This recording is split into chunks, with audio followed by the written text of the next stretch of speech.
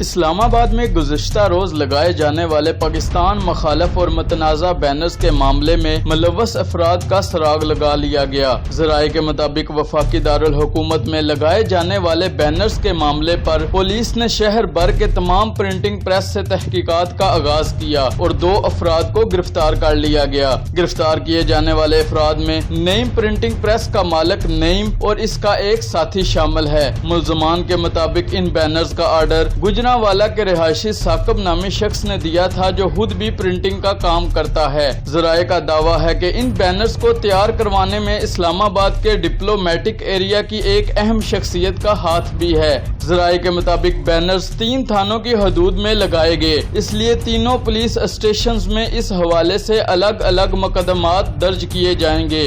دوسری جانب وفاقی پولیس نے سوشل میڈیا اور میڈیا کے ذریعے اطلاع موصول ہونے پر شہر میں لگائے جانے والے پاکستان مخالف بینرز کو اتار لیا۔ چیف کمشنر اسلام آباد نے بھی پولیس کو اس حوالے سے تحقیقات کرنے کا حکم بھی دے دیا، جبکہ ڈی ایم اے انتظامیہ کے خلاف بھی انکوائری کی ہدایت کی گئی ہے، جس پر ڈی سی اسلام آباد کی جانب سے ڈائریکٹر ڈی ایم اے سے 24 گھنٹے میں وضاحت طلب کرتے ہوئے دریافت کیا گیا کہ وفاقی دارالحکومت میں کئی گھنٹوں تک لگے رہنے والے ان غیر قانونی بینرز کو فوری طور پر کیوں نہیں اتارا گیا۔ یاد رہے کہ گزشتہ روز دن کی روشنی میں وفاقی دارالحکومت اسلام آباد کی شہراؤں پر پاکستان مخالف بینرز لگائے گئے تھے، جس پر پاکستانی عوام نے شہر کی انتظامیہ کو سخت تنقید کا نشانہ بنایا تھا۔